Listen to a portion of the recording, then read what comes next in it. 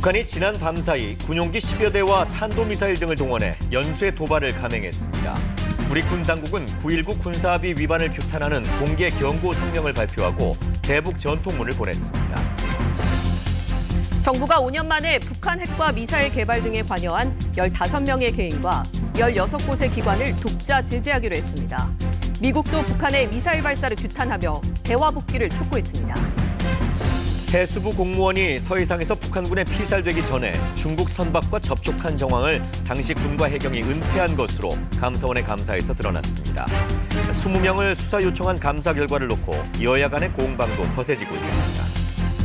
최근 당국이 요트를 타고 온 러시아인 21명의 입국을 불허하면서 징집 회피 목적 등이 의심된다고 공문에 적시한 것으로 확인됐습니다.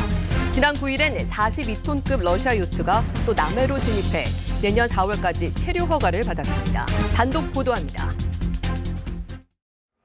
이분이 뉴스입니다. 북한이 오늘 새벽 9.19 군사합의서상 사격 금지 구역인 동서해 완충구역에 방사포 등 포탄 170여 발을 쏟아부었습니다. 또 평양 순안 일대에선 탄도미사일 한 발을 발사했고 군용기 10여 대는 전술조치선 남쪽으로 내려보내기도 했습니다.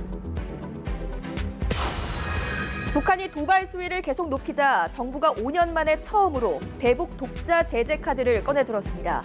북한 핵 미사일 개발과 대북 제재 회피에 기여한 개인 15명과 기관 16개를 제재 대상으로 지정했습니다.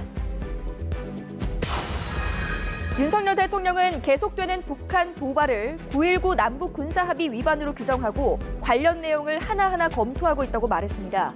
북한 도발이 더 강해질 경우 선제 타격도 검토하느냐는 질문엔 즉답하지 않고 대신 기존의 한국형 삼축 체제는 유효한 방어 체계라고 강조했습니다.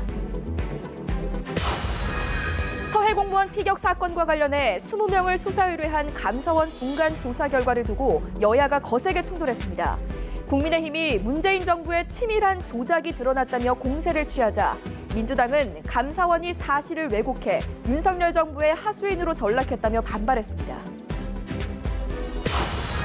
한 공기업이 입사 지원자에게 합격 문자를 보냈다가 3주 뒤에 갑자기 취소를 통보하는 어처구니 없는 일이 벌어졌습니다. 기존 직원이 퇴사할 것으로 생각했고 신규 채용을 했다가 퇴사를 번복하자 돌연 불합격 통보를 한 것으로 드러났습니다. 중국 최대 정치 행사인 공산당 대회를 코앞에 두고 수도 베이징 시내에서 시진핑 파면 등을 요구하는 돌발 시위가 벌어져 공안 당국이 발칵 뒤집혔습니다. 시내 곳곳에 사복경찰과 보안 요원들이 배치된 가운데 중국 인터넷에 올라오는 시위 당시 영상과 사진은 속속 삭제되고 있습니다.